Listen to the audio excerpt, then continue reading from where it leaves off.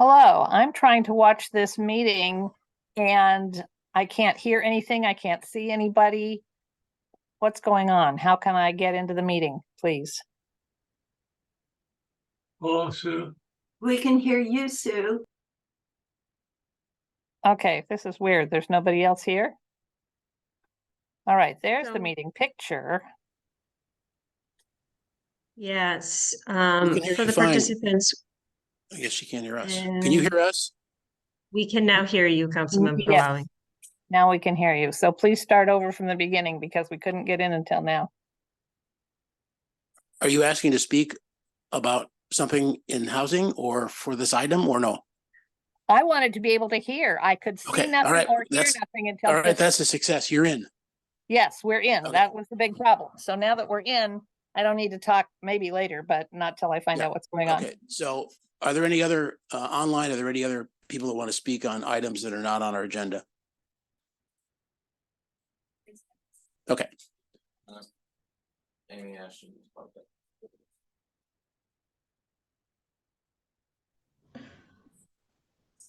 Hello? Ms. Ashton, did you want to speak?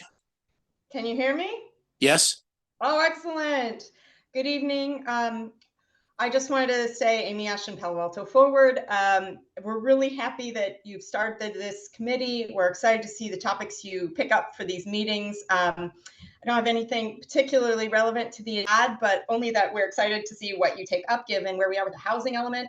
There'll be a lot of work to come, especially in implementing all the policy and zoning changes that are going to be needed. So I'm like I said, we're just excited that this committee is here and look forward to working with you and can't wait to see the next agenda. Thank you. Okay, thank you. So that concludes open public comment. We're going to go ahead with a staff presentation on the item that's on the agenda before we take public comment on that. And I think we'll turn that to Director Jonathan Late. Okay, great. Thank you. Thank you, Councilmember Lowing. Good evening to both of you, Vice Mayor Stone.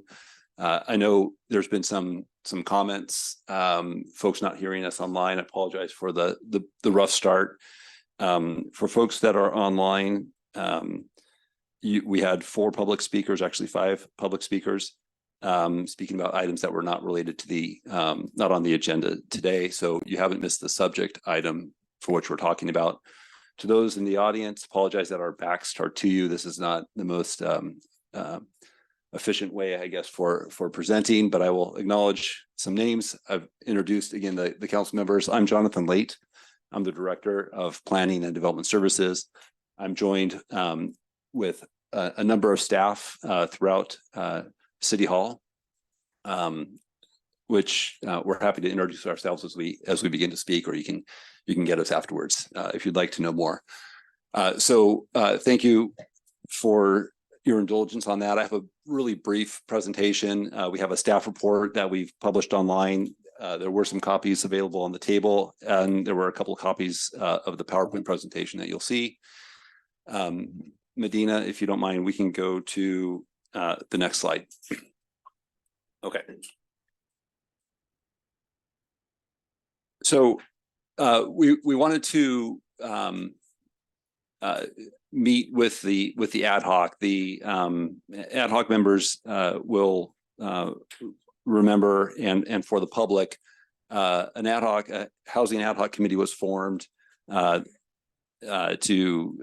talk about matters, housing related. And one of the items that was previously going to go to the Policy and Services Committee, another committee of the council, this item, this rental registry program, was deferred to the housing ad hoc. So that's why we're here today, and not before the Policy and Services. Today we'll provide a brief overview on a rental registry program. That's the ordinance that is included in the packet. We'll talk about some considerations that we would like the ad hoc members to think about, and then we would like to receive some feedback, either back to staff for direction to do some additional work or analysis, or if you're able to form a recommendation, and then we can schedule it on for the city council. So we can talk about that timing. Next slide, please. Oh, and as I mentioned that, I guess I think just to provide it into context, in late 2021, the city council had a number of renter protection items that you directed staff to follow up on. They were prioritized. And just to highlight, this one that we're discussing today was one of the higher priorities on the item. It also took some of the longest work to do. So we'll talk a little bit about it today. But in 2022, we expanded tenant relocation assistance. That was an action by the council, and we've recently updated it and made some additional changes to it. There's an eviction reduction ordinance that the city council adopted in summer of 2023. There's an anti-rent gouging direction that we received that is in part covered by state law right now. Locally, we have not advanced that item. It was a lower priority task, and so we haven't done any work on that one, but we do have it on our radar. There was a security deposit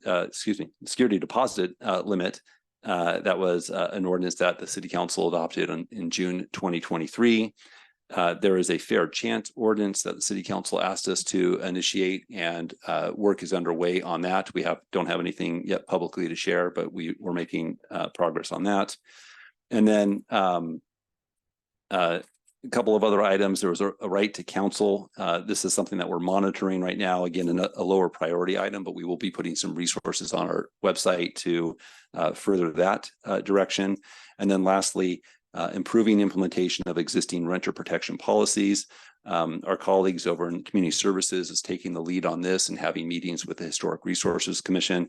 And I understand there will be an opportunity to present either to this ad hoc or possibly the City Council in the next month or two. So we're looking forward to that update. So, but now back to our sort of the main event here. The City Council had directed the ad hoc to really look at the design and implementation, the fees, the resources, and implementation timeline for a rental registry program. So that's what we want to go over today. Ms. Gamble? Next slide, thank you. So with respect to this specific program, again, we got the direction late 2021. I noted some things that we had done in 2022. For this program, we were able to go to the Policy and Services Committee in late, I don't know if it was fall or winter 2022, September. Okay. And we received some additional, we presented the information that we had at that time, received some feedback, and this is the schedule that we have been working with and anticipate over the next couple of months. Next slide, please. So what's guided us in this process is a desire to collect some additional information to get better insight into the Palo Alto's rental landscape or environment. And so the council has an interest in creating a registry so that we can make better informed or more informed policy decisions about in this regard. We also have related interests for expanding awareness of existing renter protection programs in Palo Alto, as well as supporting programs that are set forth in the housing element. Next slide, please. The basic program would collect information from landlords that would fall into these different buckets that you see on the slide. In the packet, we have a form that identifies a draft of the type of information that we would collect through this online registry program. Next slide, please. To implement the rental registry, there's two actions that really need to take place. One is enact a legislation, which is why we have the draft ordinance for the city council's for the ad hoc's consideration. And then there's the back end piece of getting the technology and consultant support to develop the registration form, the administrative procedures, and implement the software. Next slide, please. Next slide has information on the draft ordinance some of the key points. We're happy to get into any specifics about that. We're represented by the city's attorney's office as well as staff that has been engaged in this effort. But in summary, we're introducing a new chapter of the code to specifically enable us to collect this information. We have the way the ordinance is drafted now. It is set to collect data on all rental units. That would include single family homes that are available for rent, ADUs, duplexes, as well as multifamily buildings with many units. That's how the ordinance is currently drafted. You'll note in the staff report, we've raised some flag that as a possible discussion point, and I can talk about that in a moment, as well as our ability to collect a fee for having some element of cost recovery to the program. Next slide, please. In addition to those changes, there are some minor changes to an existing provision of the municipal code related to Chapter 9.72. This has a lot in this chapter, but one of the things that the council members are aware of is that there's an existing registry program that exists on the books today. It's just that it's not been implemented with any success. So this would surpass that and add a program with more purpose. And next slide, let's see where are you? That's where I am. That's good. Thank you. So as the ad hoc members are contemplating the ordinance and elements of the program, we did want to get some feedback on sort of the universe of units that would be included in the registry program. I think we've heard previously from the Policy and Services Committee that we wanted to capture everything, a wide net, get a bunch of information, and that's fine. We can absolutely do that. I think there's a table in the staff report that talks about some 11,000 plus rental units that would fall under that umbrella. One consideration that this was also shared with the HRC where they announced when they reviewed this program is that for some of these owner-occupied units, there was a question about whether to include those, or if we are going to include them, do we want to have a discounted fee or waive the fee for participation in the registry program? From a staff perspective, one of the things that we've been trying to understand is what sort of policies might we develop with data collected from single family homes or from ADUs. The state already authorizes ADUs to be constructed and built regardless of whether they're rented out or not. Understandably, there could be some interesting data that we collect from ADUs, but there may be also another way that we can do that through surveys and not having somebody, a homeowner, to annually go through this process to input their data. At some point, the smaller units may not be, more sort of, I'll use casual term, mom and pop sort of operations. It's not like a professional business where somebody's got a lot of units and they're sort of used to this process of doing a registry. So at some point, we consider 3 units or more in a building to be multifamily. That might be a threshold for you to consider, but we could also do all of the units as well. So we can talk more about that.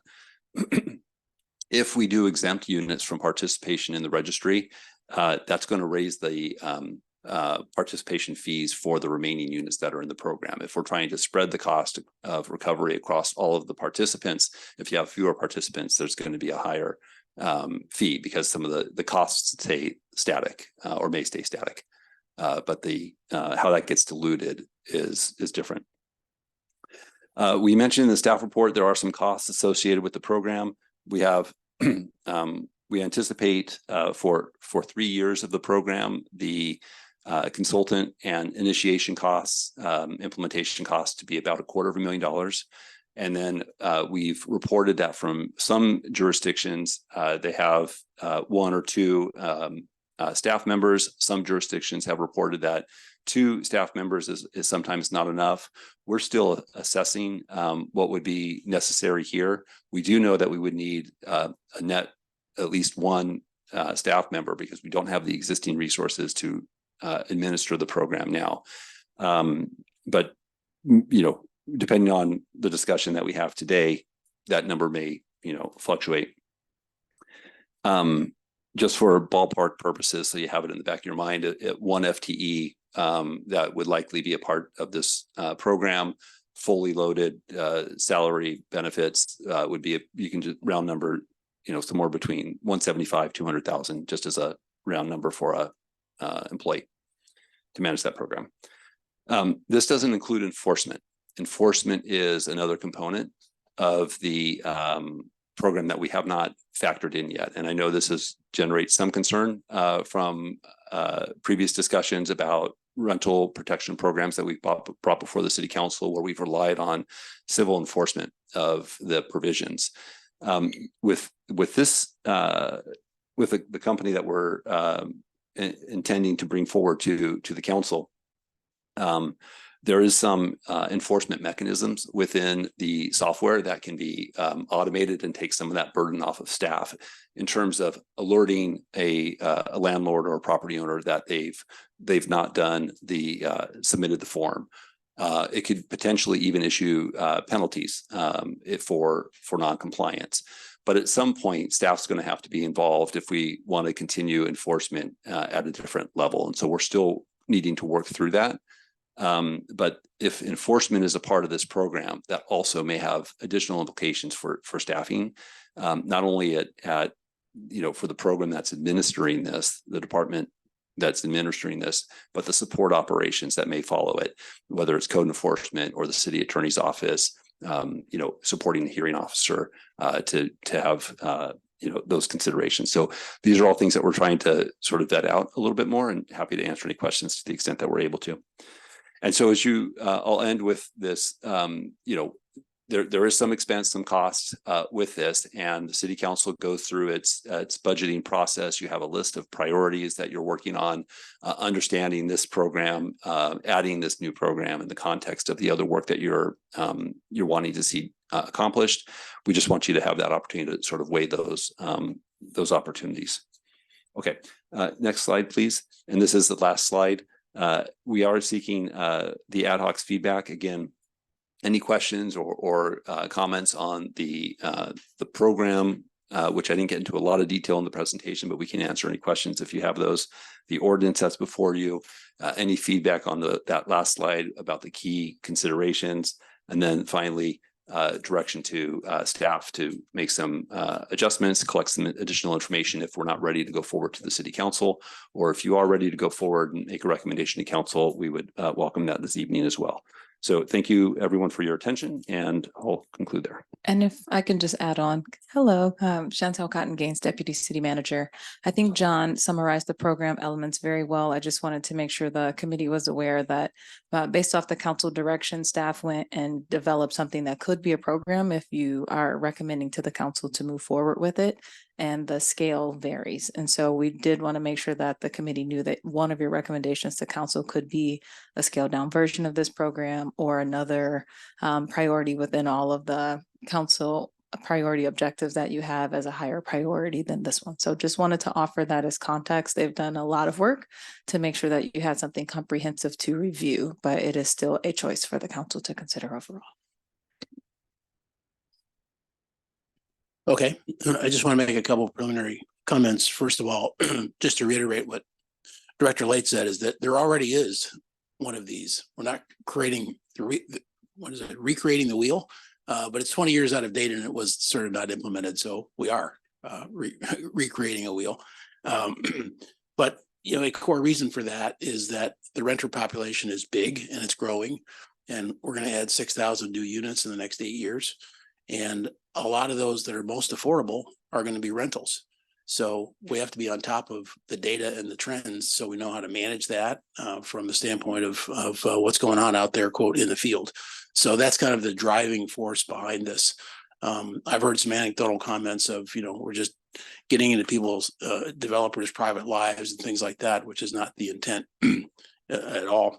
And the second thing I want to mention is that, which is that, to get this done, we need developers and we need renters, developers, landlords, and we need renters, and we need the city So it's this kind of partnership that I think we're trying to get with the data and then share it so we can all make the best decisions to provide for, our guaranteed growing population. And just lastly, just to reiterate again, we're 2 of 7 council members. We're not going to make any decisions on this tonight. The whole point of this committee that was just formed is housing just a big deal in our city. And we want to have a couple people on top of it, sort of driving things and sort of pre-processing a lot of things for the council. And so that's sort of our mandate and our goal. Happy to take public comment on this agenda item.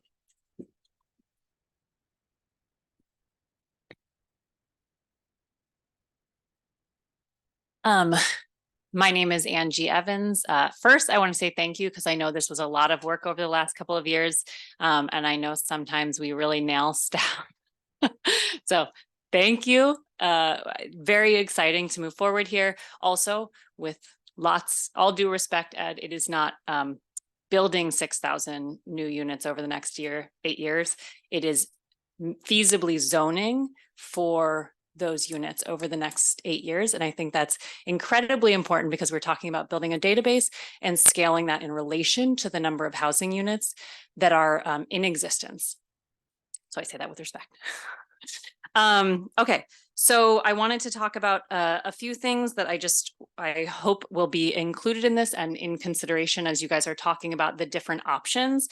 One of them is really making sure that I understand that the cost shifts depending on the number of units that you cover. I think it's really important to cover single family homes because they are 25% of the rental housing stock in the city of Palo Alto, and that is critical. There are a lot of us families who are living in those single family homes, and I want to make sure that you include unlawful detainers and changes in tenancy when you're talking about building a database around renters here in our community. I also want to make sure that you look at other communities and how they have ensured that they are not passing through the fees to tenants. I know that is very difficult to do, but if you include rent changes and any rent increases in between tenancy that exceeds what state and local law would allow, you can probably highlight some of those things there. And then I also wanted to say, I've offered this in other times, I literally run a database that is mandated by HUD with 1,400 users and 180,000 unhoused neighbors. I am happy to help you think about this on the technical side. Thank you. That sounds good.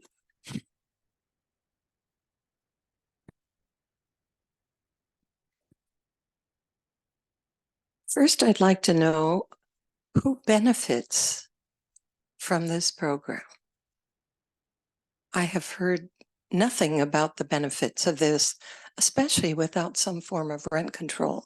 And in your report, you say there's a sizable number of low-income renters in Palo Alto. I'd like you to define what low-income is, because much of the low-income housing rental units no longer exist in Palo Alto.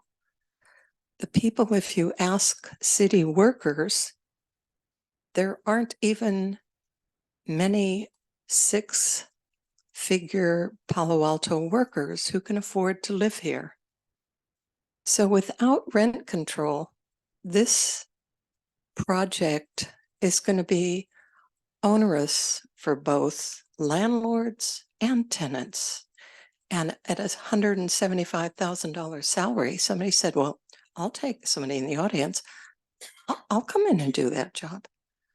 Please reconsider this, shelve it until you get more teeth in it, if you really have to have it, and until you prove to renters that it's going to be a legitimate, helpful part of the city. I say, don't pass it.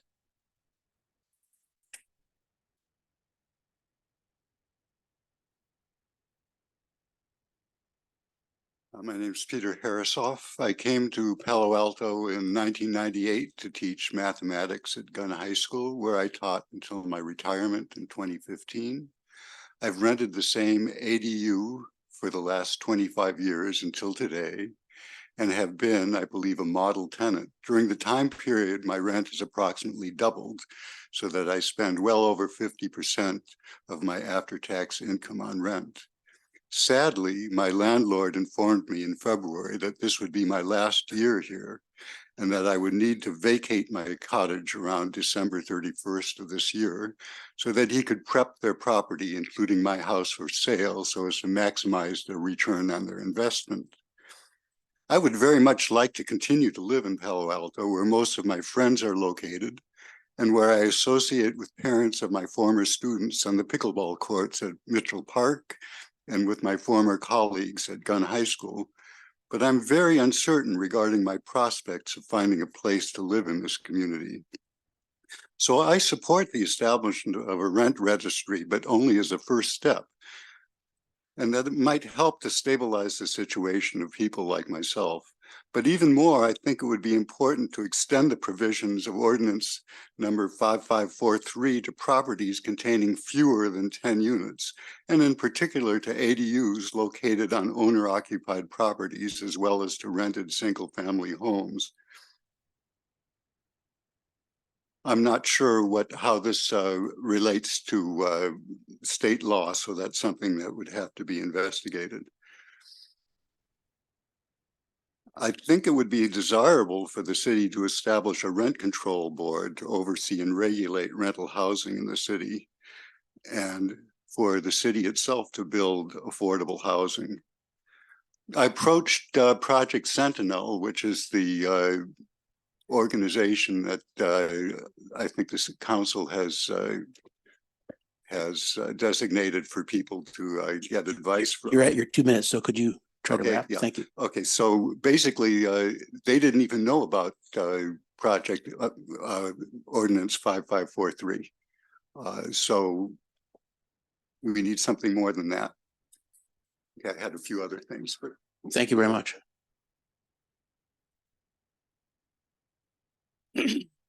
Liz Gardner, thank you for having this tonight. I'm here to ask that there be more grit in this rental registry, that there be rent stabilization included. I also am asking that this very difficult proof of 3 times income to rent or 700 or better on a credit score with no evictions or convictions be included on this rental ordinance. It's extraordinarily hard. I just heard a very heartfelt story. I just foresee some trouble down the road for somebody trying to relocate. I'm trying to relocate in Palo Alto, having an incredibly difficult time because I don't earn 3 times income to rent. This really is not just about housing and live work reality. This is a life and death issue. Good rental homes are being ripped from under the feet of our own right here. We just heard in Palo Alto. Lease violations for children skateboarding, 3-day pay or quit, given out like poison pills, overcrowding, underhoused, overly burdened. This is no life. Example, 2 full-time parents with 2-month-old and 2 teens evicted, now squeezed into an 800 square foot, 2-bedroom, 1 bath, a 3-generation household right now, a grandma, daughter, and a baby grandson out by 1 p.m. tomorrow after weeks of attempts to get Life Moves to budge on a shelter bed, which is equal to 0 right now. What is Life Moves doing? What are they? Are they part of this eviction relocation money? How do families get access to that? Because they're giving this family the no. So a family of 3 with a baby gets kicked to the curb. How is this commission sitting with this information? Trading, as I talked earlier about fries, I won't go over it, but we need to act now. Is there a possibility of, this is the first time I've heard, I need to say about your these time is up. Did fees. you wrap, please? Yes, this is the first time I've heard about fees attached to this rental registry. We need to know more about what these fees are. Thank you. Thank you. Next. Hi, I'm Mary Wheeler. I am the mom of 2 tween girls who've been in the Palo Alto School District since they were in kindergarten. I've been a renter in various places for over 25 years. 10 of those years have been in Palo Alto, which is an amazing community. We love living here. I'm definitely in support of a fully enabled and broad rental registry. Seeing similar in other places that I've been. My broader family is also a landlord. It's a very small and basic first step to understanding the landscape here and making good policy decisions. I personally, our family has experienced a number of the things that were described by previous speakers. We've lived in 4 separate houses while we've been here, in addition to multifamily housing. Every single move is extraordinarily disruptive to our family and our kids. We're desired tenants, by any criteria. But for example, we just moved this past summer because they were selling the house that we had been in for a number of years directly across from our kids' school. This just happens. And I think when we choose where we will live next, we're going to look at the rental environment. Is it well managed, and are the regulations clear to both landlords and tenants? Is it a robust sort of market for us to step into? Because like many people here who rent, we're never going to be in a position in the short term to actually be owners in this town, but we'd love to be able to stay here because we have many friends and really love this, the people here in the community. So simple step to have a registry. Thanks. Thank you. Next.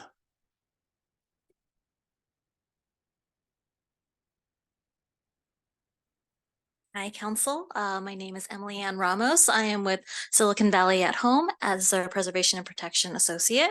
Since 2018, the City of Palo Alto has been working on exploring and adopting a package of tenant protection policies. Now, SB at Home worked in partnership with the City of Palo Alto from 2019 to 2021 as a community partner in the city-initiated grant, the Partnerships for the Bay's Future. Now, it led to the study of this issue, and the city demonstrated that lower income renters are particularly vulnerable to displacement, which is true throughout the region, but is particularly felt in cities like Palo Alto where the rents are extreme. The suite of protections recommended from that work were the tenant relocation assistance, rent registry, security deposit, and closing loopholes from state protections, right to legal counsel, fair chance ordinance. So we applaud the city council in their approach to tenant protections and look forward to the council taking on this rent registry, which was deemed as a top priority. Now, the rent registry ordinance has been on the books for decades. Enforcing it should be a top priority and will be essential in furthering tenant protection efforts. We do not support exemptions. 25% of Palo Alto tenants rent single-family homes, and they deserve support. At minimum, the rent registry should cover renters who are covered by any of the new legislation that the city has passed. That includes the new TREO, the local just cause, security, and the security deposit limit. We appreciate tracking a vacancy in the example registration form. We support taking it further by requiring landlords to submit eviction notices and unlawful detainers to the registry when they are served to the tenants. Should an error be discovered in the eviction process, it would be too late to help the tenant when the landlord reports annually. So thank you for your time. Thank you for your work on this. And I look forward to continuing on protecting tenants. Thank you. Anyone else? Are people on Zoom going to get a chance to speak? Yes. We have 2 raised hands. Okay. We have a speaker right now. Go ahead. Thank you. Thank you, Chair Lowing, Vice Mayor Stone. As I recall, the council direction on the registry was to focus on low income tenants. The staff analysis has all income classes. Low income and the other categories are based on the county median income by household size, and that's gross income. And low income is 80%, under 80% of that number. Typically, this kind of registry is useful if you already have some kind of rent stabilization, rent control, rent relief, whatever you want to call it. So there's not a dispute every time there's a complaint about what's happening on a particular property, but you already have the numbers.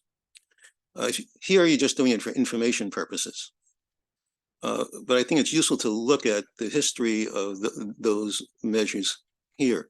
Following Nixon getting rid of wage and price controls for the second time, there was a ballot measure here for a charter amendment to impose those price controls only on rent. It lost. A few years later, after Proposition 13, where people were told they're going to benefit from it, many people had their rents increased, and they were what called rent relief initiatives. And in cities that had a long-standing rental type organization, they were able to get their measures adopted. The person who initiated the one in Palo Alto was the owner of a shoe store, and his commercial rent had gone up. And then he asked me to coordinate the petition campaign. You've heard many times at the council how the people from Measure E collected so many signatures in 5 or 6 months to get 12% of the registered voters. But they did that with a validity rate of 80%, 5% or 90% of what they collected. So it's 100 signatures to get 90 or 85 good ones. We had only 3.5 weeks. And because of the people involved who were moving and the registration was different than where they were living, or they were from East Palo Alto and they signed it, or they signed it twice, was how angry they were. Our validity rate was only 75%. But in 3.5 weeks, we're all volunteers. The timer's up, so try to wrap. Yeah, Thank you. okay. So the one thing I would suggest, based on past, in terms if you do this, is to not include properties with 4 residential units or less, one of which is occupied by the owner as the owner's principal residence. Okay. Is there one more speaker here in-house? Okay, we'll do the one more here. Good evening. Thank you for letting me speak today. Anil Babar with the California Apartment Association. I'll be the lone dissenter, it seems, in this room today, and wanted to highlight some of the concerns we have on our rent registry as we've experienced in cities that have a rent registry. One, the notion of a list of every tenant and owner in a publicly available database is of concern for privacy reasons. You can try to protect that, but any data that the city maintains is public data and can be subject to public records request. In San Jose, for example, you can request the full database of the registry right now, and the city will send you every unit in the city and how much rent is paid for that unit. So obviously privacy is a concern, and I actually have requested that data and I've received it. So if you're confused about that, it is the case. Also, again, there's the necessity issue. You have available databases of information related to rent if you wanted to understand the rental market through whether it be census or CoStar data that is available today. So, if you're looking for data, it exists. As you said, there would be a need for staff. We've seen in San Jose a ballooning of staff and a ballooning of cost fees associated with charging the property owner for this program. You can see a steady incline because as the program evolves, the program grows, the program costs evolve as well. And so there's obviously a huge increase to the cost of providing housing in Palo Alto. And I think in the last 20 seconds I have, I'm just going to hone in on the enforcement. Enforcement is always a challenge. Maintaining compliance is a challenge. You're going to actually add, and that's another source of staff growth. It's just the maintenance and compliance of the program. So, we're not in support of a rent registry for reasons because it doesn't address. It just addresses more burden to the property owner, and it adds more cost to housing. So I'm going to leave it at that. Okay, thank you. We can go to the online residents who'd like to speak now. Yep. Our first speaker is Sue Allen. Hello. I'm Sue Allen. I live near Mitchell Park, and we have an ADU on our property that was actually built before the house in 1947 and has been a rental unit pretty much ever since. We are concerned about this rental registry because frankly, we're unhappy about having to file more paperwork with the city and being charged for the privilege of doing so. I don't see the benefit for anybody for a rental registry unless you're doing rent control. If you're going to do rent control, then obviously you need it. But without the rent control, what's the point? There's lots of information out there about how much people are charging for rent. And so it doesn't gain the city anything except more bureaucracy. I especially think for privacy reasons, particularly, that owner-occupied ADU kinds of units or ADUs on owner-occupied property should be exempted. I don't want to put out there as the only unit we have of how much rent we're paying and who our tenant is. We're good landlords. We had one tenant for 17 years. The one that we have now has been there for 11, and it's below market rate. So I think this is just a nuisance thing that's going to get in the way of people building ADUs. Why do I want to build an ADU when it's going to put my private information out there and I'm going to have to go through all this paperwork every year? If you want me to register once and say, yes, I have an ADU, and then let it go, that's okay. Thank you very much. Okay, next speaker. Thank you.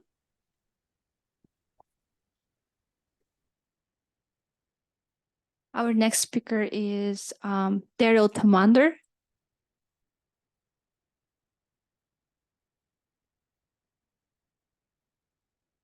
Daryl, if you could unmute yourself so that we could hear you.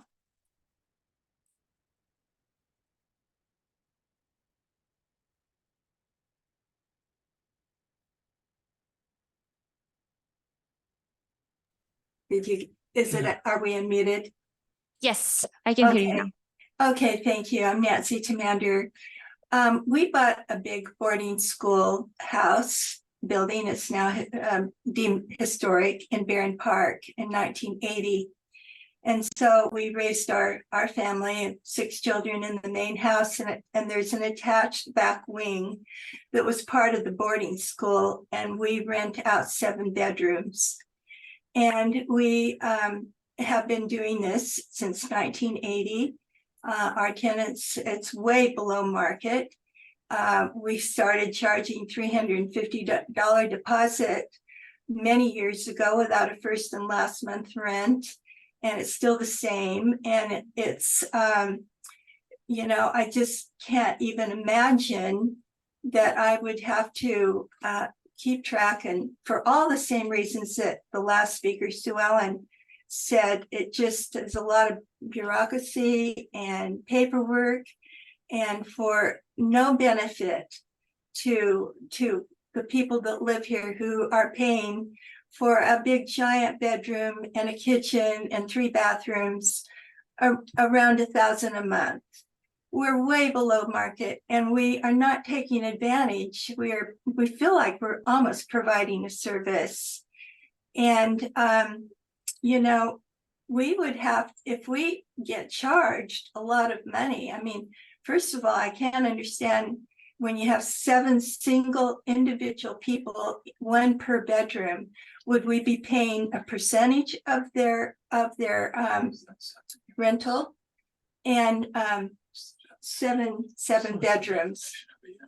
Yeah, we wonder what a unit is, but would we be paying a percentage of that 1,000? I mean, we would obviously have to pass this cost to our tenants, which I think is a really big darn shame. Do you have anything else? Thank you. Are there any more online comments? Yep.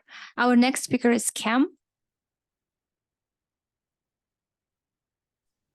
Hello. So I've been a renter here in Palo Alto for about 7 years now. Moved mostly around the downtown area. First of all, I think this rental registry is a great idea to gather data about what's going on in our city rental. I hope that it leads to further actions. I think one of the great things about Palo Alto is we've seen homeowners get appreciation of their homes over time. They've been able to protect their investment by having their costs fixed due to Prop 13 and some of the other protections that homeowners have. Unfortunately, many of these protections aren't extended to renters. There is a rent control at the state level now, but that is a much larger rental increase per year than things like Prop 13 have for the owners of the homes that are landlords. I find it also be useful to determine areas where you see landlords that are increasing rent quickly after. Moving is a difficult process. Often if you move outside of your county, you have to re-register for voting, and it makes some of the political discourse issues more challenging. It also has a high cost of moving your entire life. So finding out which landlords historically have raised rent immediately after that first lease is over would be incredibly useful as a renter who's shopping around, trying to find landlords that are not as predatory in their pricing structure over time. I already use things like Zillow and public databases when shopping around for different rentals. And I think that's a useful feature that would be incredibly beneficial to renters to have, even if it came with a small cost.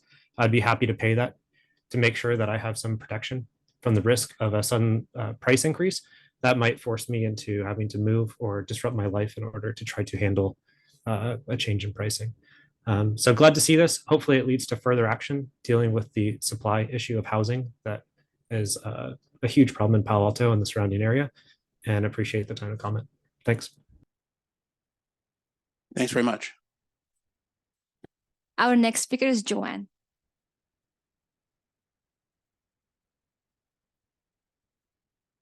Oh, hi there. So my name is Katie. I'm here with Joanne, who is my broker.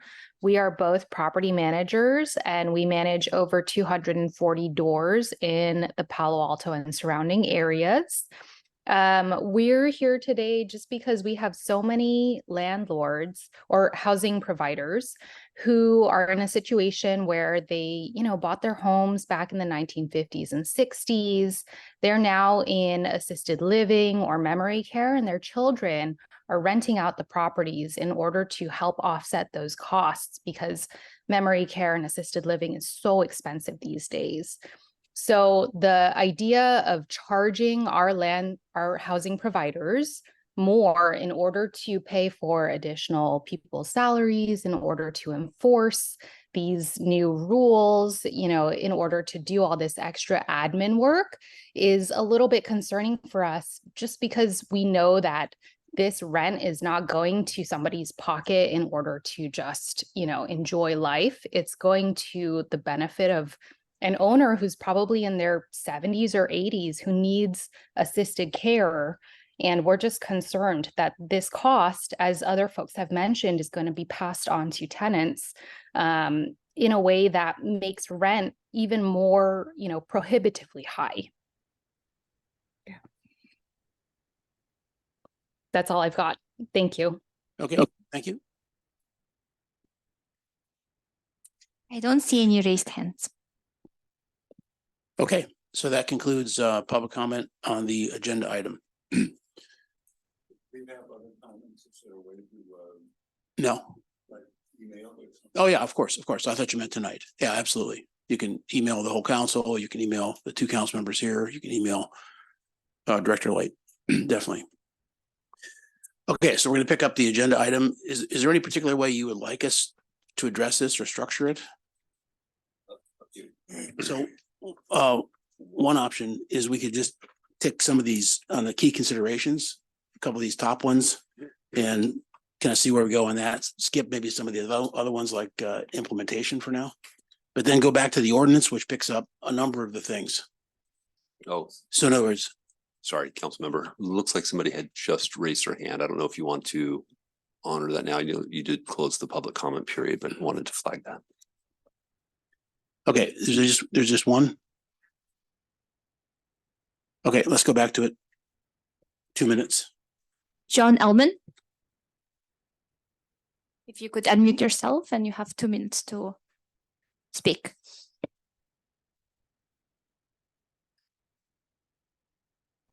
Okay. Can I speak now? Yes, please. Thank you. Okay. I've lived here in Palo Alto for 60 years. And in case anybody around the table doesn't remember, at least twice, the general public in Palo Alto has voted down rent control because they've seen what happens in other communities that have rent control, which is fine for people who say, oh, my rent has been doubled in the last 25 years. That's less than 3% a year. Take a look at your food costs, gasoline costs. Seems to me if the city council wants to do something about helping tenants with the rent, they'd stop raising the gas and electric bills. those are going out of sight. I'm in a competitive business. I own 2 little buildings downtown. I saved money, I invested, and these are my retirement income. And it seems to me to put more bureaucracy out there, I'm going to have to just charge people a rent and then an extra fee like the restaurants are doing now. Here's the price of your food, here's a part of your service fee. You know what I mean. I think you must include all types of rental units if you want to get an accurate picture of what rental story is about. ADUs, individual homes, and so forth. I would be curious as to how many landlords there are. People constantly quote that there are 11,400 rental units. I want to know how many landlords are involved and how they've been consulted and surveyed and so on about this whole business. So I appreciate you're trying to protect some tenants from outrageous landlords, but the marketplace kind of does that. And I would just, I don't know, my rents are still over 20% lower than they were before the pandemic. Has the city council done anything to help me get my rents back to where they were 3 years ago? Is there any consideration or acknowledgement, or is any council member ever been a landlord or property owner? Those are important questions, I think. Okay, thank you. Now we will close public comment. Okay, what I meant by my comments there, just to, since staff has put up 2 key considerations of whatever slide that is, slide 10, I just thought we'd start there because they're kind of big issues that you want some feedback on. And we'll just kind of move on from there. So all rental units, buildings over a certain number of units. You want to kick it off, Chris?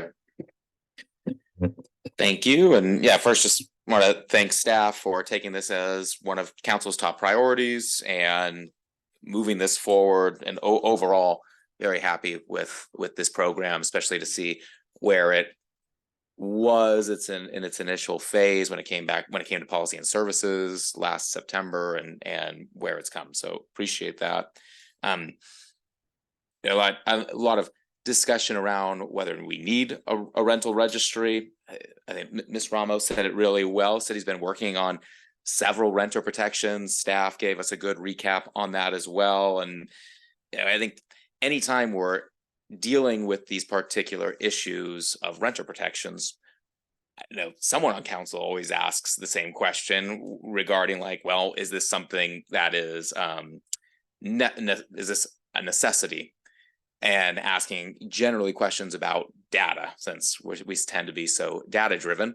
And the answer is always the same by staff, which is we don't know because we don't collect that information. And a very wise person told me recently, you can't study what you don't measure. And to quote another speaker tonight, this is a small and basic first step. And I think that's exactly what this is. We need to have this information. We don't know what we don't know. And so I'm excited to be able to finally have this rental registry. Few questions then, sticking to these first 2 key considerations. So I understand the HRC discussed some of these exemptions. I was curious, did the PTC discuss exempting ADUs from participation as was discussed at the HRC? I didn't see that part in the staff report, and I didn't get a chance to watch the PTC. Great, thank you, council member. I'm going to introduce Rebecca Atkinson. She's a planner with our office and the project manager for this. So would you like to give us an update from the PTC? Sure. All told, the PTC recommended approval of the ordinance that you saw before you.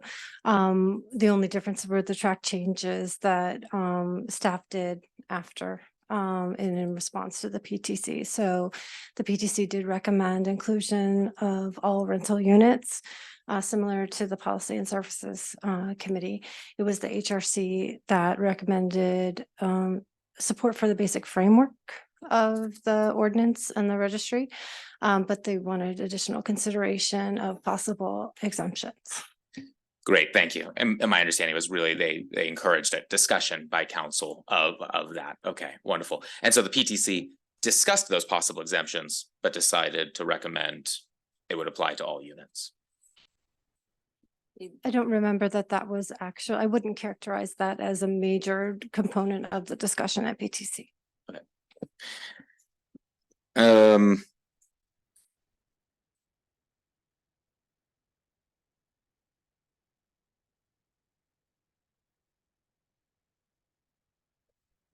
So on this, I think one of the public speakers mentioned, and I've heard this thrown out several times too, about concerns of a chilling effect on rental housing if this were to apply to single family and ADUs.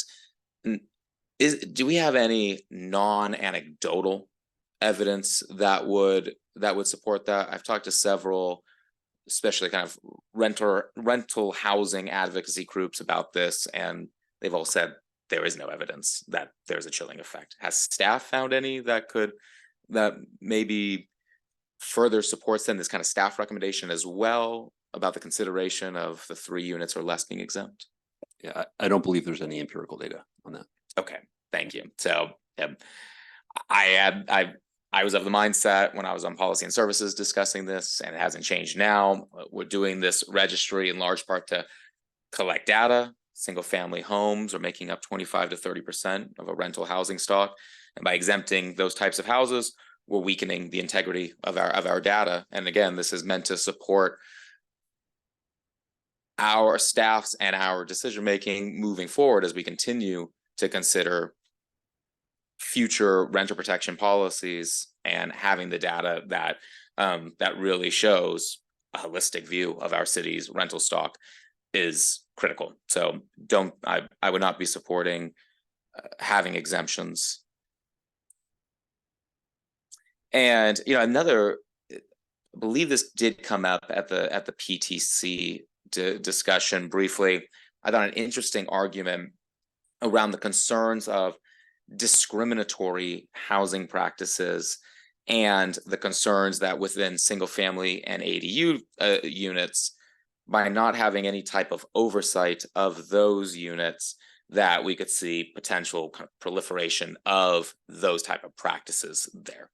I thought that was another kind of interesting angle to look at this on why collecting that information continues to be important. I think I could see maybe some fee waivers for things like I think one of the public speakers talked about. I could quite understand the point, but I thought I sort of interpreted it as if you have family members renting a single family home while the owner is sick or something, burdens on that.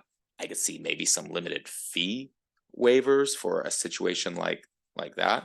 But I wouldn't want to see major, and I won't go too far into fees right now. But I don't think I'd want to see major fee waivers in this program, because I'm concerned that means that we're just pushing the fees off to then more multifamily housing. And well, I'd ask if we have the data, but we don't. That's why we're looking for this. I would imagine that we have lower income earners likely in more multifamily housing than we do in single family rentals. So those are my thoughts right now on those first 2 key considerations, and then I've got several others when we come back from that. Okay, yeah. So my views on this is that we don't want to give up 25% of the housing units in terms of the analysis. Starting first with ADUs, give you a real life example of data that we don't have on ADUs. Because when I was on the planning commission, we were looking at trying to make ADUs even more affordable, because we assumed that they were affordable, but we didn't even know. We needed that baseline before we could make a motion to council that we should make them, more affordable by some action. Staff did their very best and came back with some estimates of what they thought the rents were in ADUs. And I asked for the source of the data, and he said Craigslist. And I said, well, then does it say ADU? And he said, no, they're just the cheapest. So I think it's Craigslist. And I'm completely sympathetic with that issue. So we need some data on that. There's no constraint that ADUs have to be rented at all in the city or in the state. So I think that they should be included with ADUs specifically, given that we have everything in there from mom to your son to a pool house. I would be happy to have ADUs come in for the first registry without a fee so that we get high compliance and so that we know exactly what's in there. So for our first baseline, I think that's a way to, take off any of the cost burden or paperwork burden. In general, any kind of landlord, including ADUs, we really need to be sensitive to the cost and paperwork burden, because we obviously want to encourage housing. I have a little bit more sympathy of possibly exempting these very small units. But again, for the baseline, for the first year, I would just like to get the data. I mean, I learned something tonight from a public speaker about some what we call naturally affordable housing on some of those low units that she's renting out, which is fantastic. It's another example of, we don't even know that those exist maybe. So getting some visibility on that would be really helpful for us to plan and look forward. So again, the first time through, counting all those, even very small, at no fee, just to get compliance, I think would be helpful. So I think that it addresses that. In general, I think when we go to the question of fees, which is a little bit later in your staff report, I think we should be at the low end of that range that you gave us, which is about $50 to $200. And frankly, I would be comfortable suggesting that we use partial cost recovery, because somebody that has 100 units times $50, that's per unit, that's probably okay. But if we're going to get into the $200 range, that starts to be quite burdensome, and just another sort of, mark against Palo Alto, which we want to encourage housing. So let's make it easy. When we get to the parts of, in terms of fees, when we get to the parts of the repeat fees, the renewals, I'd also like to see if there's a way to kind of maybe only require updates quarterly as opposed to monthly, just to kind of reduce the workload. So that kind of tone in terms of fees, I think, is where we need to go on that.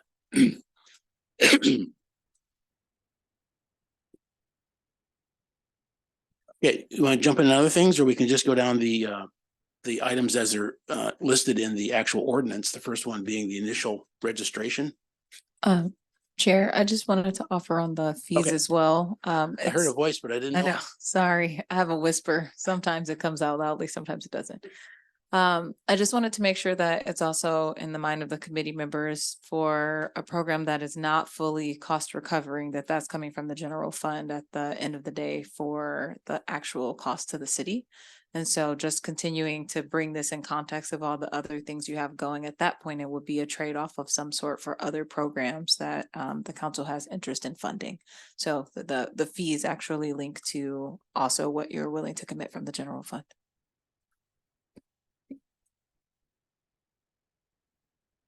Good.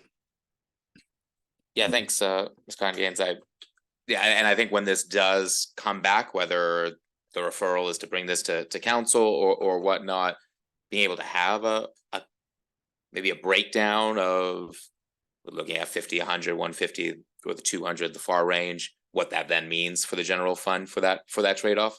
Because then also understanding that means less money for all these other housing priorities that we have as well. So I think that would be useful. Okay, so we just kind of going now into not quite just as a way organizing the way to go through the. I just thought a way to organize it is just go because the first one on ordinance is initial registration, then registration renewal, then the information that's required, and if we want to make comments on any of those, that way we are at least covering it.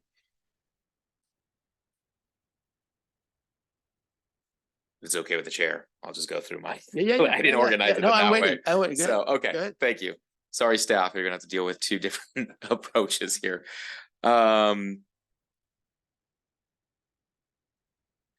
Okay, so one thing I wanted to pick up on, because I was concerned about a language in the ordinance regarding privacy issues. So subsection C. I give everybody a chance to flip to that.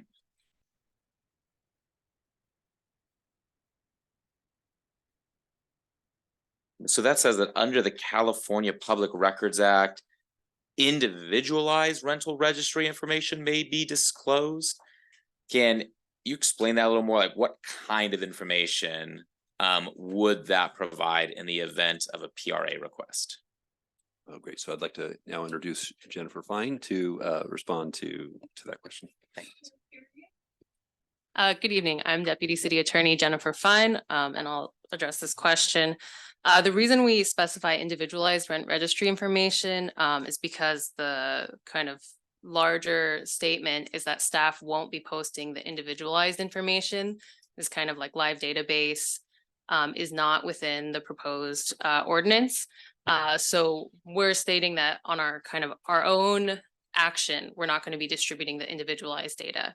However, through a public records request, people may receive data about individualized units still, though we will be reporting an aggregate. The individualized information will just depend on the information collected. Most of the information, as far as I've seen proposed that we would be collecting, would be considered public. It would be kind of the things that would be posted on the listing. If a landlord were trying to get new tenants. So we're not really considering that particularly private. And I can also add that a couple pages into the ordinance, you can see attachment B has the list of information that we anticipate collecting. But so, yeah, so what I'm trying to get to is, and I think there is a potential narrative out there. We heard it tonight as well.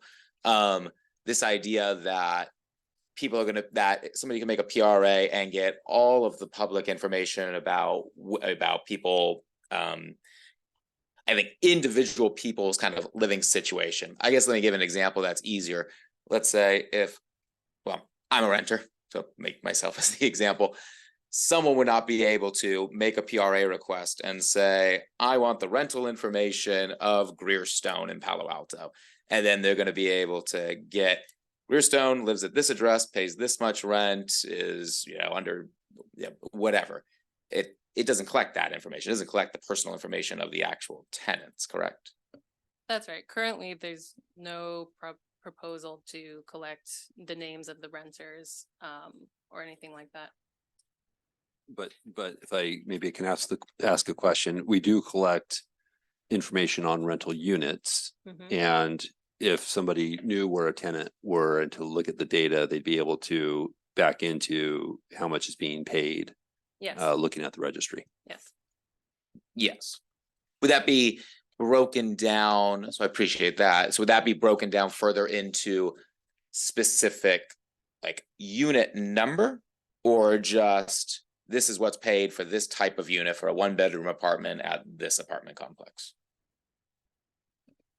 I think essentially if we collect the data, then it would be subject to the Public Records Act. And again, if it's something that would be, in a public listing, then it's not something we're considering either a business interest or that type of very personal private information that we sometimes can protect under the general public interest exemption to the Public Records Act. So to the extent that we're collecting, this is the unit number, this is the address, and this is the rent, all those could be distributed together in a records request.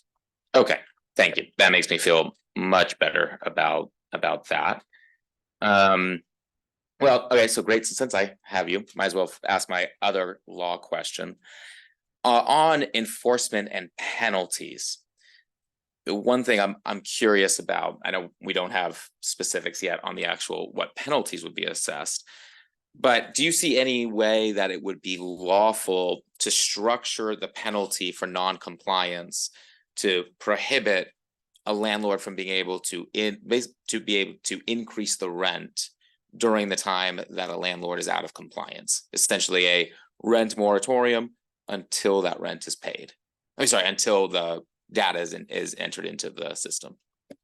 That's not something we've considered so far, so I don't know if that's within kind of the scope of what I can answer off the cuff. Okay. So Did you, just to clarify, and we may have some information from other cities about that, was it a rent increase moratorium or a rent collection moratorium? my question was rent increase. Right, okay, that's not rent collection. Right, that's consistent with our, I think there's some examples, right, in your research about that? Other jurisdictions that have a provision just like that? It might be structured, like the specific points of process might be differ from one to another, but yes, there are cities that require landlords submit information about a forthcoming rent increase, and that get reviewed by the city to make sure it's within allowable rent increases, and they have to do that before the rent increase would come into effect. Okay, and I was actually thinking of something else. So, but perhaps there's more research that we need to do on that. I in that example that Miss Atkinson, sorry about that. Oh my gosh. Described, I'd be wanting to understand again.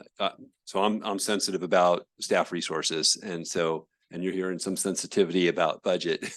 So there's a couple of different hats that we're also trying to wear. If we're reviewing that is a much more robust program than having we're trying to transition this to be a more automated system where we can. So that sounds like a level of human engagement in the system that we hadn't anticipated thus far. Okay, yeah, and yeah, I hear that concern. I'm interested, and so I think this would be one of those areas would be helpful to kind of see how successful other cities have been with just a penalty program. And if they're not seeing the type of compliance that is going to be necessary for this to be an effective program, I'd like to see what else can we do to really have teeth into it. So if we can do it with just penalties, great. But I'm not sure. And I know Mountain View has struggled for a few years to really be able to get their compliance up. I hear it's like around 80% now, but that's been after several years. So let's see.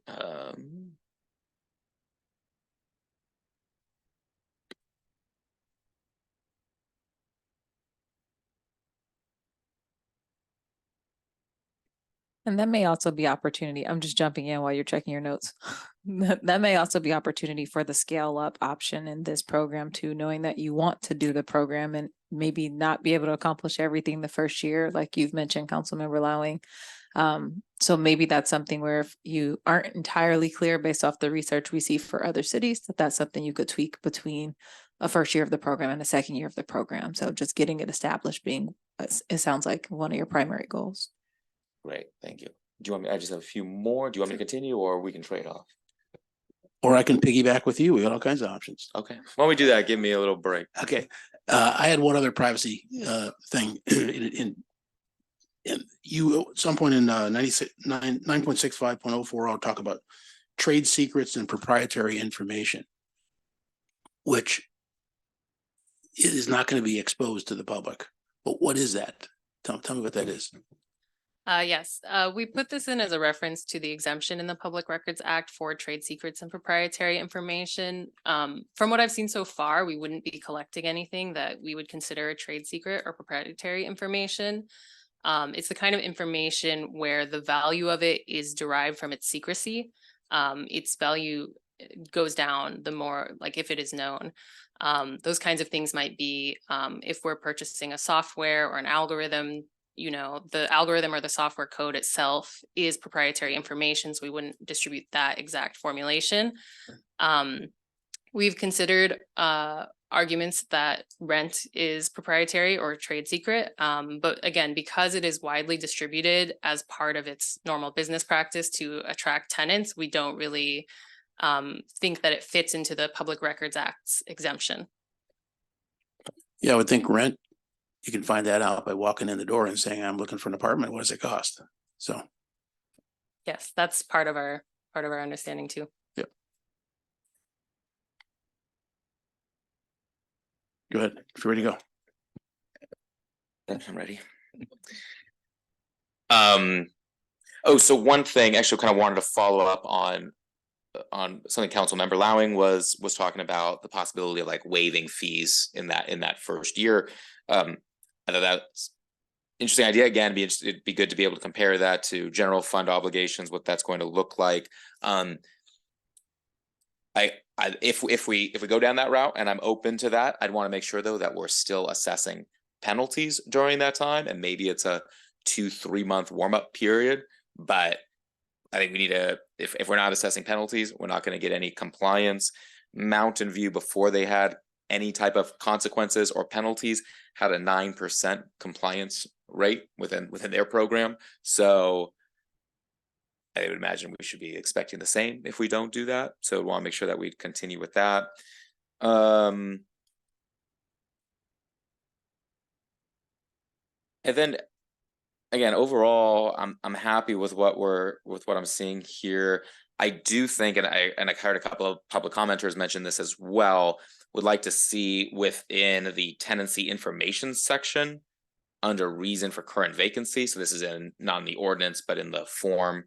I think we should be including unlawful detainers and 3 days notice to quit as well in there, to be able to further understand. And I understand that the Stanford log, you know what I'm talking about. Okay, thank you, Director. Like some program within, I think, the Stanford Law School that helps local tenants. Apparently I was told that they only will help if it's an unlawful detainer. And so having that information would be able to kind of also help us understand how adequate that program is, because I have heard people say, oh, well, we have that Stanford program, do we need our own? So again, I think this is going to help form future policies, and so understanding, okay, well, how few of these evictions are being caused for something like unlawful detainers, and so how helpful is that Stanford program to the city of Palo Alto would be helpful. So I'd like to see those two things added into the reason for current vacancy section.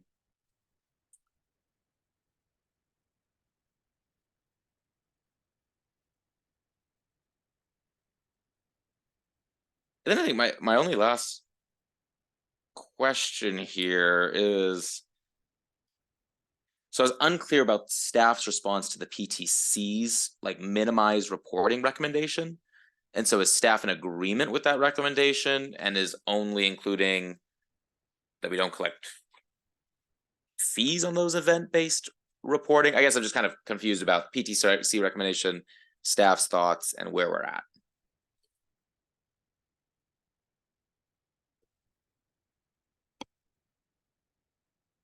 Sorry, just for clarification, you're referring to packet page 5 of 9 under the paragraph minimized reporting? Yeah, I think so. Okay.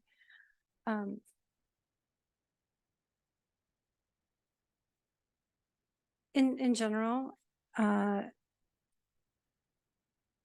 it's well taken to try to streamline and reduce overall frequency of reporting where possible and so forth.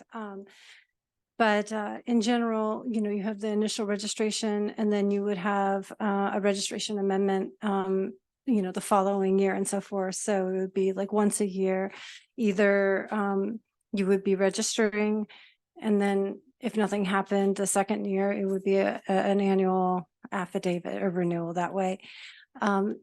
If you had an event that was a key event, like a vacancy or a new tenant or eviction or any of these event-based reporting, we wouldn't want to have necessarily a penalty or a fee to submit that type of timely information.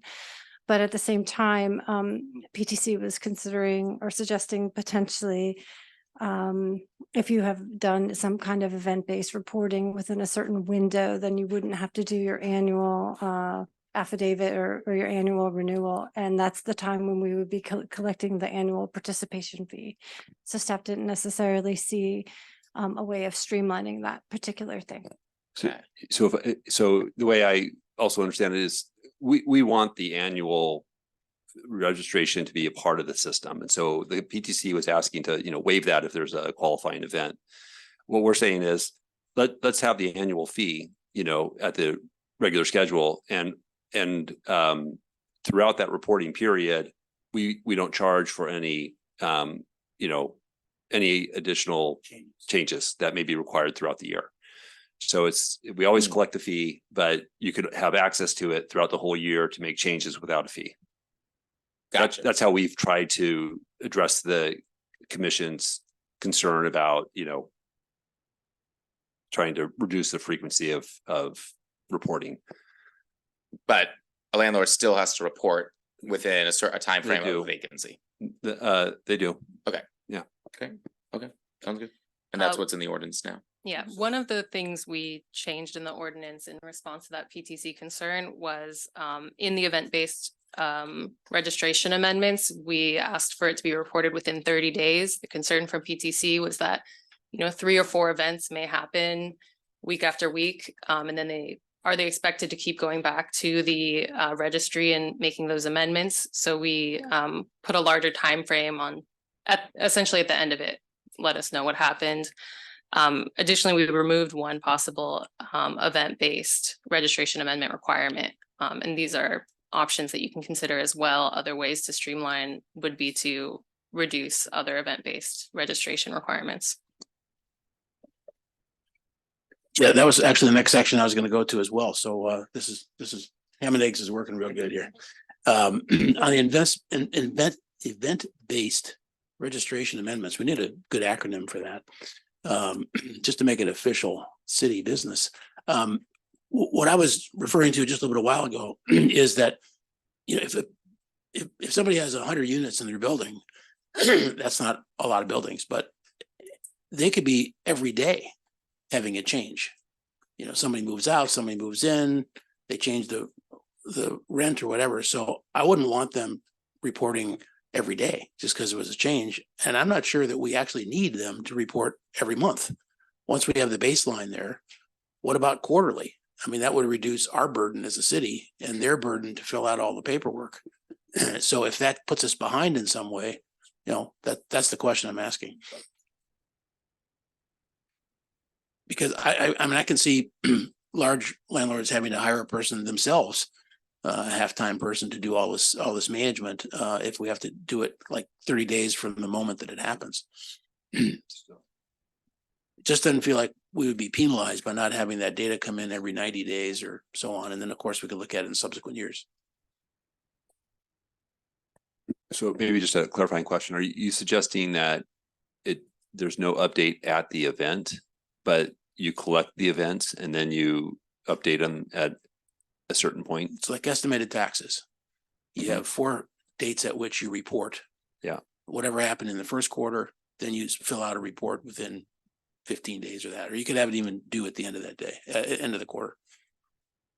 And so within that reporting period, though, you may, you're reporting, so there's a vacancy, you fill it. So you're reporting that there was a vacancy and that you filled it and you give the information, but you don't do it at the moment, you do it at the end of the quarter or whatever it is. Yeah. I'm just saying that could end up with 4 reporting periods instead of 12, or if we really want it 30 days from when the thing happens, you could be doing 50 reporting periods. Right. And we can give some more thought to that. Yeah, let us think about on that. If it somehow compromises the data that's actionable, that's a problem. But I was just thinking that if we get it within 90 days updated, it's not going to change that much, I wouldn't think, in most buildings. Mm-hmm. Okay. Yeah, we can take that. Did you have something to add? Well, I think that also with the request to incorporate additional information on evictions or notices of eviction and things like that, and adding a timing within 30 days, or then thinking about maybe it's not within a certain time frame of the event, it might be just quarterly. It might, in terms of the quality of the data and so forth, I guess it would be like, how soon are you interested in getting certain types of information? Like if you want to get information timely on a potential eviction, That's one thing, but maybe some of these other things might be, the reporting frequency could be less. It just, it depends on the policy direction or the freshness of the data that you're. Potential eviction would be an item that is a good counter to what I'm saying, but I didn't think that as a percentage of the things that the person is going to be recording, that the business is going to be reporting, that that's going to be, I mean, that could be exception. It's it's 90 days except this and this.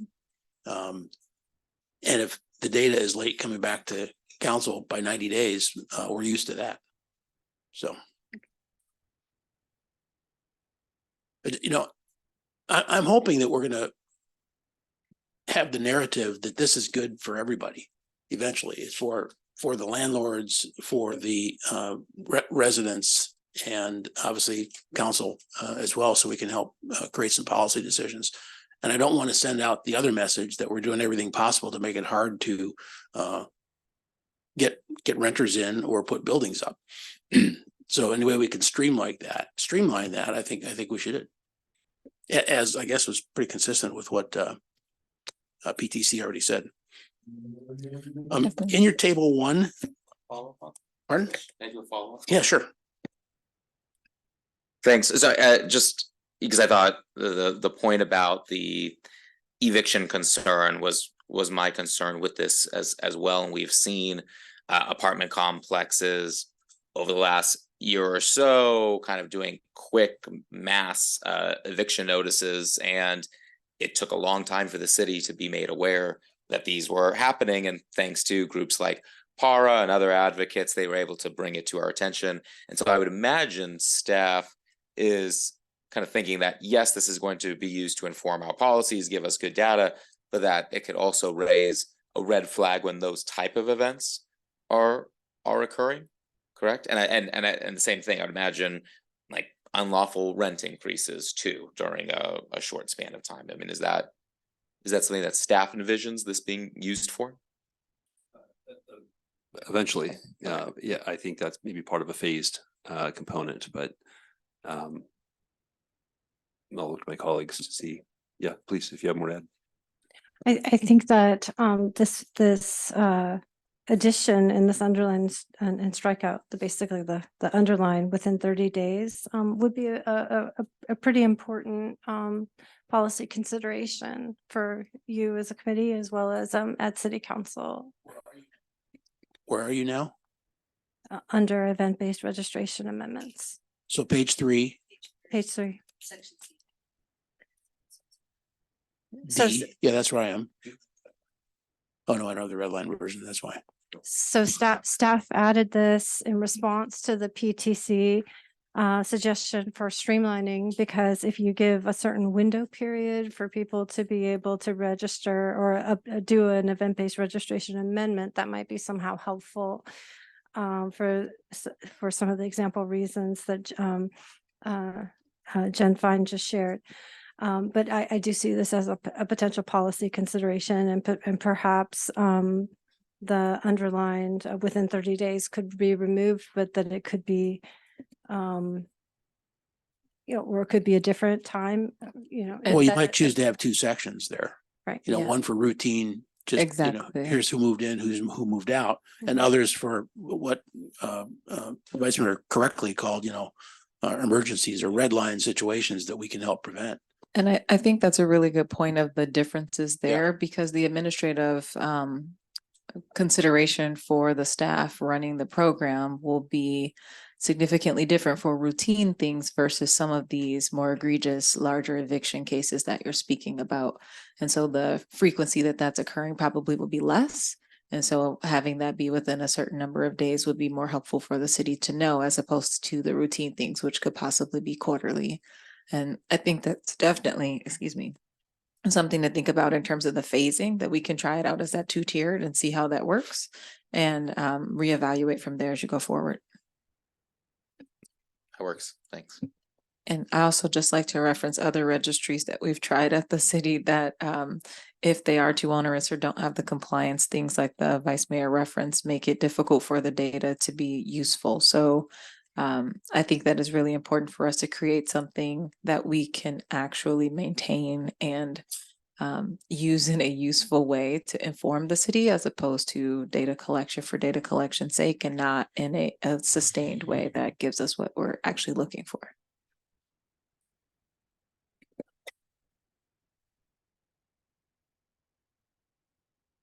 That was an extremely important ad. I wasn't trying to pull those out, so that's going to be out of that chat. I was going to ask you on table 1, page 5, are ADUs actually in here? If so, what classification? I don't see that specifically. Oh, I'm sorry. No. I'm sorry, on the table in the staff report, I don't believe ADUs are listed. This is census data. Okay. And I don't believe we have that information. I mean, we obviously know where we've issued permits for ADUs. And that can be fed into the model. Right, which is about 600, 700, something like that. About that. In the recent timeframe. Right, so that's another 5% ad that would be.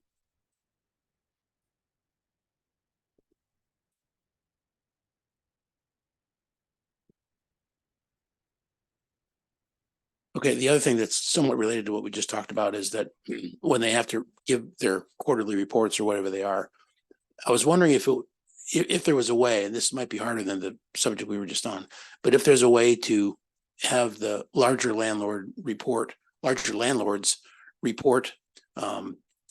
by size of unit. For example, so my little example I wrote together is a 21 unit building. We have 10 1-bedrooms, 8 2-bedrooms, 3 3-bedrooms, but group the data for each of the bedroom numbers. I mean, you could do that for rents, for example. So there might be a way to streamline the form itself so that you don't have to, if you have 100 units, you don't have to have the whole thing listed out. It could just be all the 1-bedrooms rent and things like that. So as you get into the finer design of the form, to the extent that they can group data and give us what we need, we really need to be doing that. So I also salute PTC for saying that, we need to see the exact, eventually we need to see the exact form. And I think Director Late, you were a little concerned about taking that back to PTC because it might delay getting it to council. So one option for that is that, we could bring it to this committee and maybe even have the chair of the PTC attend, so we could, have a 3-person discussion point for feedback to you. That's just another option. Or we can send it to PTC. The form for sort of proofing to see if all the data is there. Sorry, did they not? They asked to see it back. They request, right. And I don't think the form was complete. We had the data that we were going to collect, but the form, they wanted to see the final form. Oh, but the data, they were aware of what we were going to collect. okay, so they just haven't seen what it looks like in its pretty final form. Correct. Okay. In terms of how difficult it is to fill out and how time consuming and stuff like I'd that. just like to offer one piece that you wouldn't know, because when we were talking with our vendor, they did say that there is a way for them to import like a spreadsheet. So if a property that has a larger set of units, if they've got a spreadsheet, there's a format that they can just import that into the system. So it'll decrease the amount of data entry that's needed for those particular sites. I mean, my thoughts are, I don't think we need to send back to PTC the form. I was actually really impressed by the form. I hate filling out forms. I did a little exercise filling out kind of the information from my own apartment, and that's without my own expertise of being a property owner. And I was able to get through it within 10 minutes. I mean, I think it's straightforward, it's easy. I assume it's all going to be little pop down windows that you complete. I mean, this is not an onerous process in any stretch. And so I think if I can do it in less than 10 minutes, I would imagine a landlord who's going to have to fill out several of these is probably going to be able to get to the point where they're able to do it within 5 minutes. I was concerned about possible onerous actions having to do the annual form and having to fill out for every single apartment, but what you just described makes me feel even better about that. So if that's the only thing that we would refer back to PTC for, I don't think it's worth putting that onto a PTC agenda, and even more so than delaying this coming back to council when we have said this is a top priority and we want to start collecting this information as soon as possible. Totally concur. That's why I brought it up. Yeah. Awesome. I would love to keep that in administrative land if that's possible. Thank you. In terms of fees, I don't know how much we need to talk about that, if any, tonight. But any comments? I had said earlier, I think we should try to be at the low end of that range, because we are trying to recover at least some of our costs, but we're not trying to make it expensive to do business here. So I don't agree. You want to weigh in on that one? Yeah, I mean, I think I mentioned earlier, I'd like to see when it does come back to council, just a range on 50 to 200, what that means for the general fund. Is there a possibility of, I don't know how we would do it. It's probably a question then for the attorney. Anything that we could structure to prevent fees from passing through to the tenants? That I doubt we can, but also, well, I mean, even if it was the high end, $200, what does that mean? $16 extra a month. I don't think we're going to have a 200, because I imagine the fee is per unit per year, right? Okay, so that work breaks down to $16 a month, which is not terrible. My rent goes up far more than that every year, so that's not terrible. But I also don't think we would be at the $200 a month, and I'm leaning towards Councilmember Lowing. I mean, saying if it's not fully cost recovery, I think that's fine. But again, want to further understand impacts on the general fund. So that's where I'm at. Yeah, there's a lot of things we do as a city where we don't get enough revenue to cover it, which is why I know there's a trend to try to cover it, and that's admirable. But yeah, we don't want to send the wrong messaging here.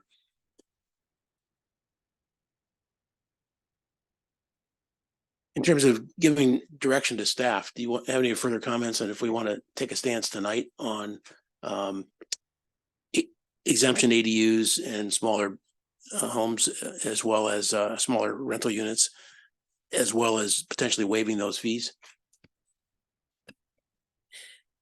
So, question for staff then before we get into that. If a motion is made on some of those modifications, is the idea that will then be revised and this then comes back to council for okay, great.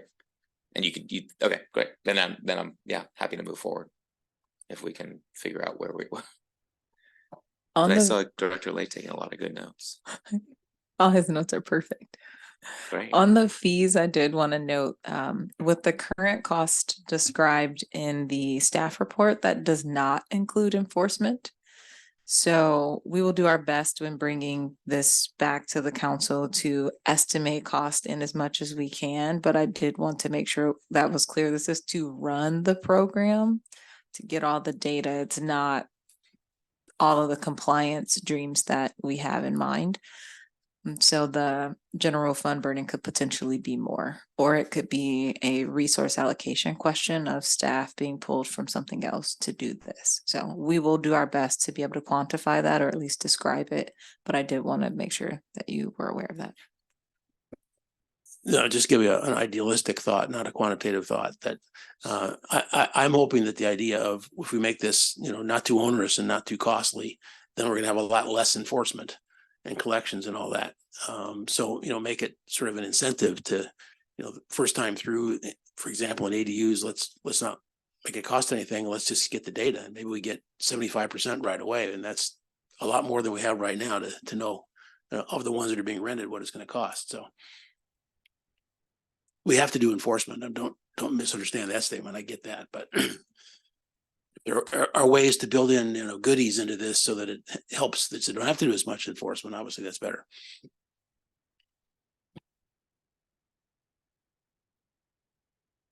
And I think there's different levels of enforcement too. There's the software will help us be able to report information, and again, we'll try to automate what we can.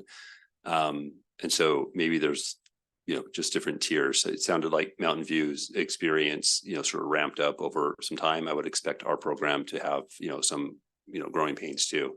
And we would adjust, and maybe we're not as we want to get compliance as quickly as possible. But we may have to feel our way through that in the initial years.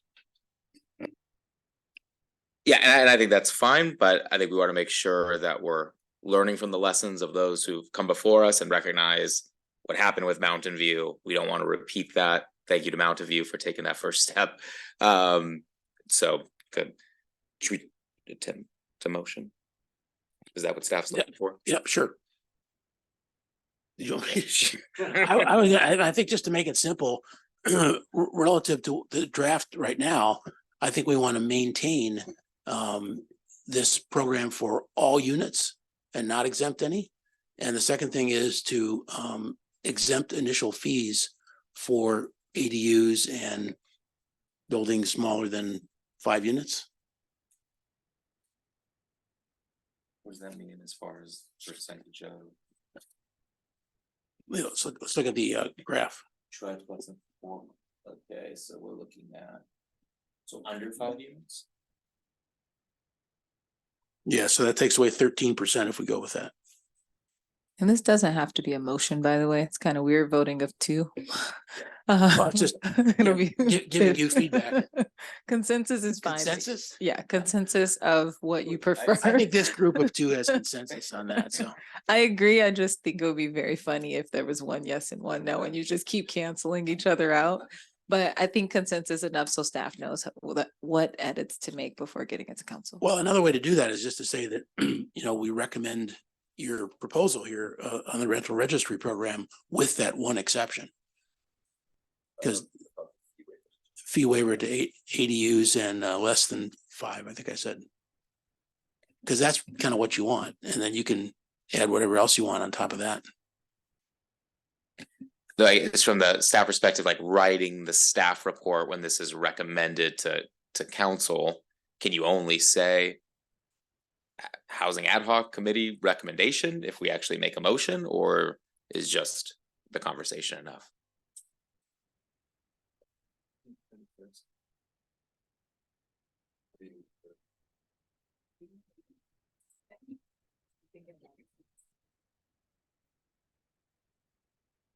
There's no downside to making a motion. As long as you can agree in advance to support. Anything else that you put in there? What is this, Rev 23? We support Rev 23 here. So I guess we would put it in the context of, approving moving forward with the RRP with that one change. Sorry, what was the one change? No fees for ADUs or under 5 units. And I heard initially. For the first year. So it's basically the ordinance that we have before you and the fee. And then there was a number of comments that came up that will go back, and if the ad hoc is okay, after we collect a little bit more information, if we're informed in some way or another, we will write that in the staff report and say, here's, something that the ad hoc didn't consider. They asked a question about it. Here's some information. If you want to implement it, here's how you would do it. Or even further, if the idea of every 30 days somehow looks bad and you come back without that, then that's okay. Yeah. Right. Because it still has to go to the 7 of us on council. So sounds good. Oh, And we have the additional financial information that you requested. We will do what we can to include that in the staff report. and are we including, or does it need to be in the motion, including unlawful detainers and the 3 days notice to quit to reasons for current vacancy? So we have that. So I think we're good. I think it's not in the motion. I understand. No, sorry, it's not in the, when you say we have it, you mean in your notes or in the actual? Our notes. Okay. We know that the ad hoc has an interest in that. And so that's one of the things that we'll take a look at and we'll adjust it. So again, this motion's a little funny. What we're hearing generally though, is that you support the program as it's been drafted. There are some questions, a little bit more work for us to do. Shouldn't delay us in getting it back to the city council. So it may not be 100% the way that you saw it here today, but we'll certainly flag anything that was different and make sure that we're clear about that. Yeah, So we will, we'll I'm- respond to your inquiries in the staff report. And if we need to make an adjustment into the ordinance to respond to that, we will note that in the staff report and make that change in the ordinance. Okay. Yeah, I'm just suggesting we do this tonight because then you don't have to bring this back to the ad hoc. Yeah. I mean, you can, but you don't have to. Yes, let's move Yeah. it on. The other note that I had actually to do with the event-based registration amendments. So I don't know if you captured that one or not, but the idea of less frequent reporting. Okay, great. Well, I'll second your motion. Okay, well, then we all have a vote too. Yes. I think you can record it as unanimous. We'll see. Yes, Yeah. I'm a yes. I guess I'll yes. Okay. This wouldn't be good for to have a tie tonight.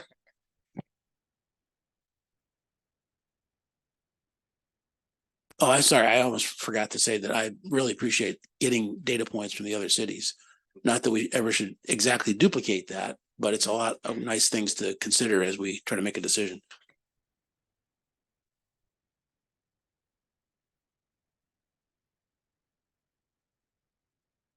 Oh, I thought you had to make a comment or announcement or something. All right. Well, then we have completed our agenda, so we stand adjourned. Thank you.